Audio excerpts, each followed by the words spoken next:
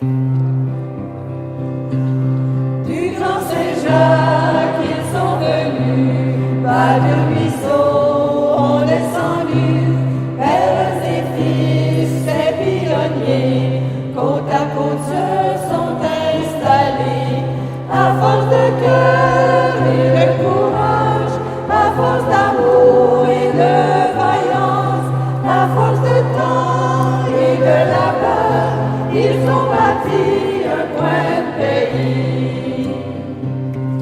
Ils ont bûché et fardoché dans la terre neuve, ils ont semé et récolté à volonté, de quoi nourrir la maisonnée.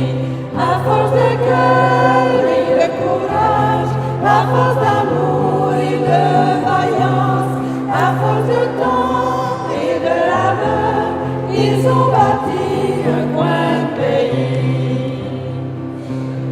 Pendant que les hommes défrichaient, mères et filles besognaient, à la maison, souvent au champ, elles n'épargnaient pas leur temps.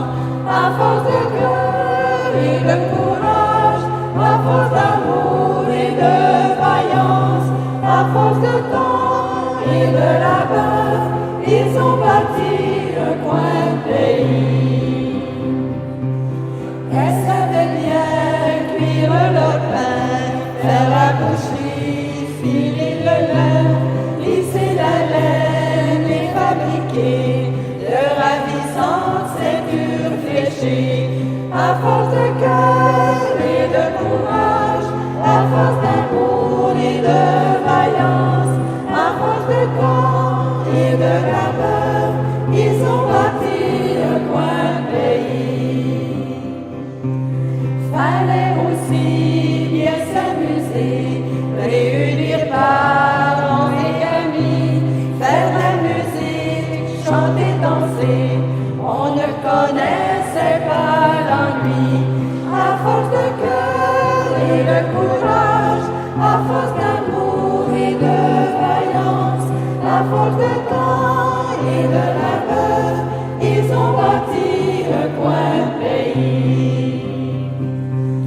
À l'occasion de cette fête, rendons hommage à nos ancêtres, ensemble poursuivons l'histoire dans un autre siècle de gloire. À force de cœur et de courage, à force d'amour et de vaillance, ils ont bâti un coin de pays. Ce coin de pays, c'est Sainte-Marie.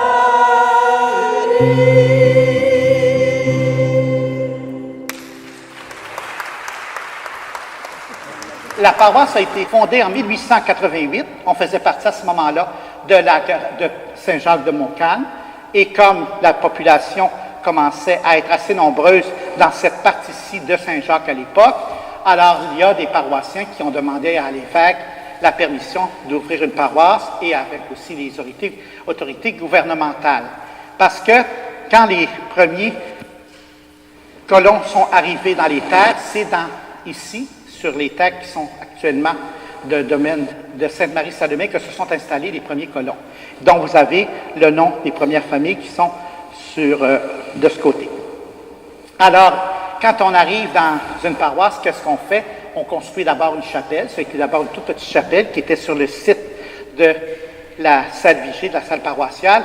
Et pas longtemps après, les paroissiens ont décidé de bâtir le presbytère pour loger le curé et également une église. Alors, puis comme ils ne voulaient pas avoir trop de dettes, ils ont ramassé jusqu'à 5 000 piastres pour avoir un petit fonds pour partir. Et ensuite, ont eu lieu l'érection canonique et tout ça, et ils ont décidé de construire l'église. Alors, notre église est en pierre à bosse qui alterne avec chaînes et cordons de pierre de taille et pierre de course. Alors, l'emploi de la tôle ornemente le clocher à une seule lanterne, dont les claires-voix du beffroi laissent libre cours au son rythmé des 3 cloches. Quand vous allez sortir, vous allez entendre les trois cloches. Et vous savez, moi, il faudrait que je fasse des petites recherches canoniques là-dessus. On baptise les gens. Mais la seule chose que l'on fait en plus de baptiser, ce sont les cloches. On va bénir tous les objets, on va bénir votre chien, votre chat, puis tout ce que vous voudrez, là, puis parce que ça existe, les bénédictions pour toutes sortes d'occasions, mais on baptise les cloches. Alors, nos cloches que vous entendrez sonner tout à l'heure, la première cloche pèse 1194 livres et elle a été donnée par les paroissiens. Et elle a été baptisée du nom de Marie avec l'épigraphe Venite exultamus Domino, ce qui veut dire, c'est ça. On voit que le latin est une langue morte, ils ont fini par l'enterrer. Alors donc, Venite exultamus Domine, venez, exultons dans le Seigneur. Et cette cloche correspond à la note Fa. La deuxième cloche, elle est un petit peu moins pesante, 978 livres, et elle a été donnée par Médéric Melançon et Anna Laure, son épouse, et c'est pour ça qu'on lui a donné le nom de Anna. Et elle l'a comme épigraphe Benedicam Domino in omni tempore, ce qui veut dire béni soit Dieu en tout temps. Puis c'est moi qui l'ai traduit, là. C'est pas écrit en français, là. Non. N'oubliez pas, j'ai mes lettres, j'ai mes humanités. Alors, elle correspond à la note Sol. La troisième pèse 788 livres et elle a été donnée par les paroissiens également et a été nommée, évidemment, Marie Salomé. Et elle porte l'épigraphe « Te adoramus ». Nous t'adorons. Merci, Françoise. Quelle belle traduction. C'est exact. Et elle donne la note là. Donc, ça veut dire que vous avez Fa, Sol, La comme note. Et vous allez sortir sur une volée de cloches. Une volée de cloches, c'est quoi? C'est quand on les sonne tout ensemble. Je vous rappelle, un petit cours de cloche 101 peut-être? Oui? OK, ça c'est une volée pour les événements.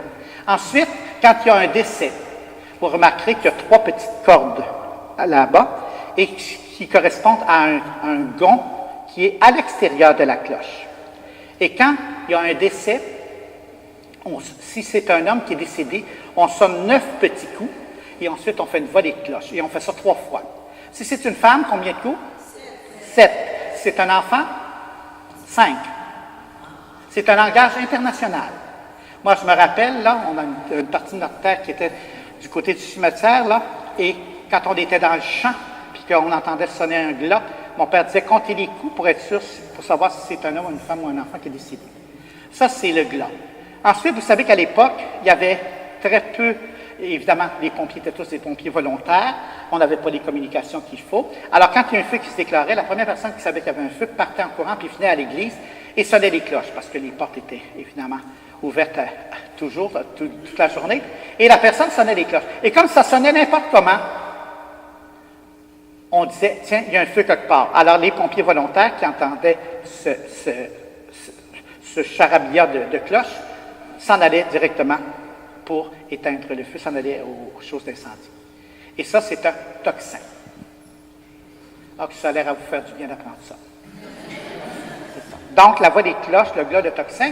À midi, j'allais le dire, les cloches sonnaient pour l'Angélus. Angelus Dominus Domniavit Marié, et concepit Spiritu Santo. Amen. Non, c'était Ave Maria, Gratia Plena. Mais là, on n'a pas le temps, je suis déjà en retard. Alors donc, tous les modèles 48 ici présents de Sainte-Marie-Salomé, les 48 et plus, là, 47, 46 et tout ça, là, se rappellent très bien de cette ici, c'était comme ça. Alors, vous voyez, il y avait la balustrade ou table de communion avec la nappe qui était empesée, tout en gros plis. À mi-donné, ça prenait des heures à la sacristine. Pourquoi la nappe? Parce qu'on communiait sur la langue et on soulevait la nappe pour se cacher les mains, pour pas qu'on touche aux saintes espèces, bien sûr, autrement qu'avec notre langue. Voilà, c'était la méthode de communier du temps. Et il y avait bien sûr, comme vous le voyez, il y avait la chaire. Il y avait aussi le maître-autel au fond et il y avait les petits autels. Alors, on célébrait bien sûr maître-autel, mais on célébrait dos au peuple. Alors, C'était la manière du temps et c'était en latin. Et la chaire. Pourquoi la chaire? Pour aller parler. Pourquoi cet endroit-là? Parce que c'était l'endroit, dans chaque église, c'était l'endroit où la vue était la meilleure sur l'ensemble de l'assemblée et aussi où la voix portait. Parce que l'écho et tout ça, c'est parce que la voix portait. Et c'est pour ça qu'il y avait, ici ça s'appelle rabat-voix. Donc c'est pour rabattre la voix, pour que la voix, alors sans forcer, la personne pouvait prêcher et tout le monde entendait. Et c'était comme ça dans toutes les églises. Alors, dépendamment de la qualité de l'acoustique ou de la façon dont c'était, ici, c'est tout en bois, mais quand c'est en plâtre, quand c'est en ciment, comme à Saint-Pierre-de-Joliette dans le temps, ou encore à Saint-Roch, va donc faire résonner du ciment. Mais il trouvait des trucs, puis tout ça. Mais c'était comme ça parce que il n'y avait pas d'électricité. Alors, évidemment, en 1900, avec la nouvelle réforme liturgique qui a invité à célébrer face au peuple. Alors, ici, le curé du temps, l'abbé Roy, en consultant des gens, mais peut-être en dessinant plus par lui-même, puis il y a loin d'être des reproches dans ce que je dis, là. Alors, ils ont consulté le père Wilfrid Corbeil, qui était un clairsemviateur, un artiste, un visionnaire et tout ça. Alors, lui, il a dit, si nous ont dit de célébrer devant le peuple, il faut tout enlever. Alors, malheureusement, ou heureusement, ça dépend de votre opinion, alors, ils ont enlevé le maître-autel, tout a été donné ou vendu, et tout ça, mais c'était pour porter quelque chose de neuf. Et ils ont fait l'ensemble que vous voyez dans le chœur, c'est-à-dire avec le banc présidentiel au fond, et tout ça est en facture moderne, comme vous le voyez très bien, comme moi. Alors, on est passé de ceci à ceci, et même ils ont bouché, vous voyez qu'il y avait deux statues, alors ça a été bouché, il reste simplement les fenêtres, et le tableau de... Ah, mon Dieu que vous êtes bon!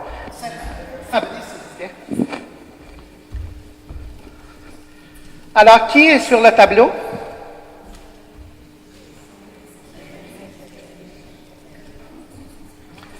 C'est Marie Salomé. Mais on ne lui donne pas son nom dans l'Évangile. Matthieu 20, 20. Alors, je vous présente Fabrice, notre nouveau vicaire. Bonjour. Si tu veux.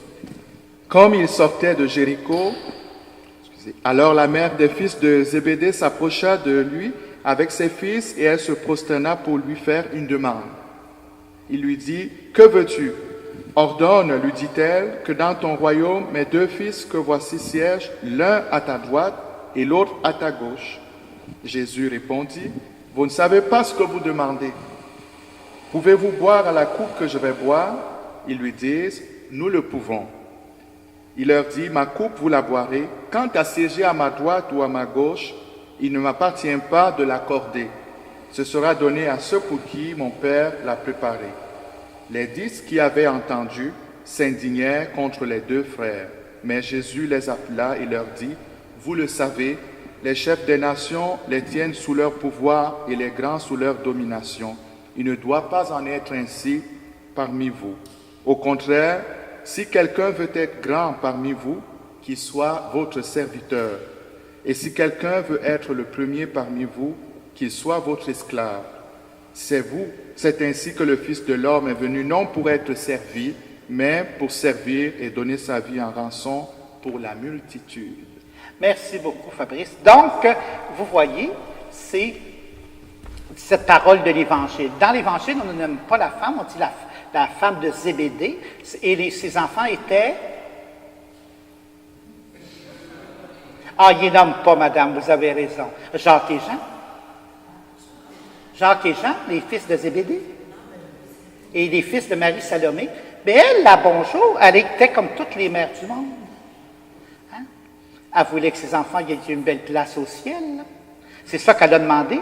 Alors, le tableau était là dans l'ancienne Église. Et c'est un original. Donc, ce n'est pas une réplique.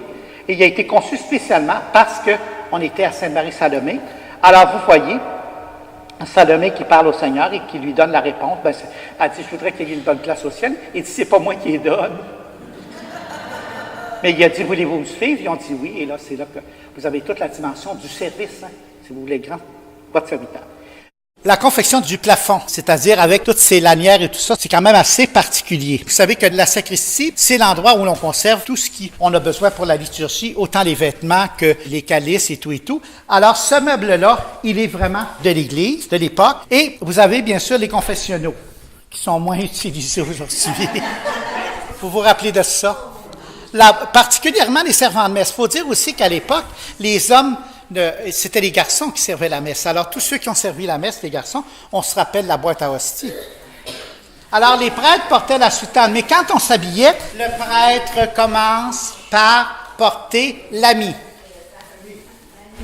L'ami. Alors, c'est en même temps vos cours de français. A-I-M-I-C-T. Alors, c'était simplement pour se cacher le collet. Alors, ils mettaient ça comme ça, là. Puis ensuite, ils se passaient ça autour de la bédaine, faisaient 2-3 nœuds, 2-3 tours, puis ils attachaient ça par-dessus, en dessous de l'aube. Donc, la soutane, l'aube. L'ami, pardon. Ensuite, l'aube. Alors, l'aube, on avait différents ça. Celle-ci, c'est très, très chic. Parce que c'est la dentelle. Alors, imaginez-vous, mesdames, ça vaut quand même une fortune, cette chose-là. Et souvent, aussi, on n'avait pas toujours ce type d'aube. Alors, on avait l'aube en coton comme ça, mais jusqu'en bas, et qui était craqué, là, et empesé, comme les surplis ici. Et les enfants de chœur avaient la soutane noire. Le dimanche, c'était la soutane noire avec les surplis craqués. Là, je vous en ai un. Alors, c'était ça. Voyez-vous, là, c'était... ça... Alors, c'était tout empesé, c'était tout craqué. Puis, on était... nos mères aimaient bien ça, nous voir absolument. Mais... Le summum, c'était les grandes fêtes. J'ai failli demander à Victor de porter ça, mais je ne suis pas sûr qu'il veut. La soutane, j'en vois là à Lucie et d'autres, la soutane rouge. Regarde-moi ça. Juste d'attacher les boutons, ça prenait 10 minutes. Ça ne tente pas, Victor, de porter ça pas. Je te comprends. Alors, non. Mais, alors, on a gardé, des soutanes noirs, on n'a plus, mais on a gardé là. Et ça, ce n'est pas un surplis. C'est un rochet. Rochet en dentelle avec la petite boucle rouge. Et il ne faut pas besoin de vous dire que la petite boucle rouge était repassée, puis on avait... je me souviens, ton saint époux, Élisabeth. Mais frère, notre gang, on a tout porté ça. Quel bonheur! Évidemment, par-dessus l'aube, il y avait l'étole. Alors, j'ai sorti un des plus beaux ornements. Il y avait les 4 couleurs liturgiques que vous connaissez. Et voilà, voici. Et il est très, très bien conservé. Il y avait aussi, mais je ne l'ai pas trouvé, le manipule. Le manipule, c'était au poignet que le prêtre portait aussi. Pas le poignet, le coude, pardon. Ici, là. C'était là. Là, c'est ça, exactement. Alors, et aussi, bien sûr, la chasuble. Alors ça, c'est ce qu'on appelait, nous autres, on appelait ça les violons. Parce que ça a un peu la forme d'un gros violon. Et c'est pas liturgique pantoute que de dire ça, mais ça faisait partie de nos traditions. Alors, voyez-vous, il y avait différentes couleurs et on sait que ces ornements-là étaient faits souvent dans les communautés religieuses. C'était quelque chose d'un travail extraordinaire. Oui. Pour les couleurs, là, oui. Ça signifiait quoi? Ça signifie toujours. Mais ça signifie. Alors, l'or ou le blanc, c'est pour les grandes fêtes. Le vert, c'est pour le temps ordinaire. Le violet, c'est pour le temps de l'Avent et du Carême. Et le rouge, oui, merci, j'allais te dire. Alors, le rouge, c'est pour les fêtes du Saint-Esprit ou les fêtes des martyrs. Par exemple, pour la confirmation. Ça, c'est pour l'Esprit Saint, la Pentecôte. Et quand il y a des fêtes de martyrs dans l'année, des gens qui ont donné leur sang au nom de leur foi, alors on porte la couleur rouge également. Ces couleurs-là existent encore. Et peut-être le plus bel ornement qui est ici, autant dans sa facture, c'est ceci.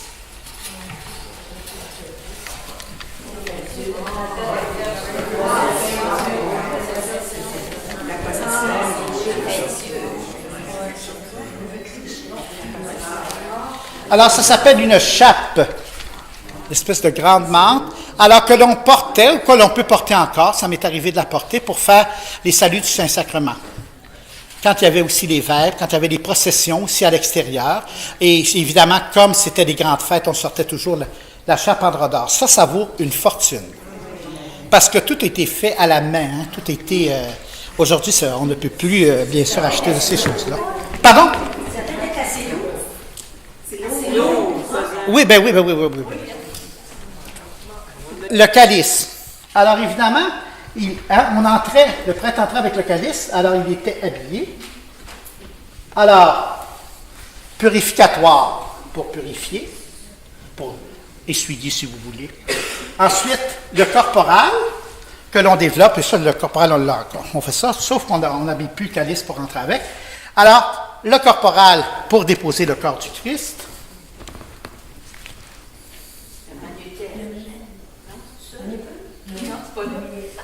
La bourse. La bourse. Vous allez le voir. Tu vas le dire. Fabrice? La pâle. Ça sert à quoi? Ça ne sert que l'été. Non, c'est pas un éventail. Non. Comme la dame qui est à Joliette, c'est pour un nez. Ça envoyait ça là. Avec le prion en église, alors j'avais dit, madame, vous avez un ventilon en église. Alors, c'est simple. L'été, c'est pourquoi? Parce qu'il peut y avoir des mouches. Alors, quand le prêtre a fait l'offertoire, donc il a présenté l'hostie, ensuite c'est le calice, alors le calice reste à découvert et il y a du vin dedans. Alors, ça attire les petits maringouins ou la mouche. Alors, la mouche qui tombe dedans quand c'est consacré, vous m'en parlez. Non, elle est saoule. Non, mais attends. C'était juste pour ça. Et évidemment, le voile du calice, donc, qui était de la couleur du dimanche en question. Voyez-vous? Et, on a parlé du manuterge. Le manuterge, c'est le linge blanc, le linge pour... Quand le prêtre va se laver symboliquement les mains, c'est un symbole, parce qu'autrefois, dans les premiers temps d'Église, les gens apportaient toutes sortes de choses aux prêtres qui donnaient, peut-être sur l'autel, les poules, puis tout ce que tu voudras, et la nourriture. Alors, ils se lavaient les mains, mais avec l'évolution, ou ça, la tradition liturgique a changé, de sorte que le prêtre, quand il va pour les mains, il dit « Lave-moi de mes fautes et purifie-moi de mes péchés », et il s'essuie avec le manuterge, manus tergo en latin. Manus, c'est main. OK? C'est... Ouvre tes mains. Non, ben là, bête tes mains comme ça, parce que tu notes là. Ah, les enfants!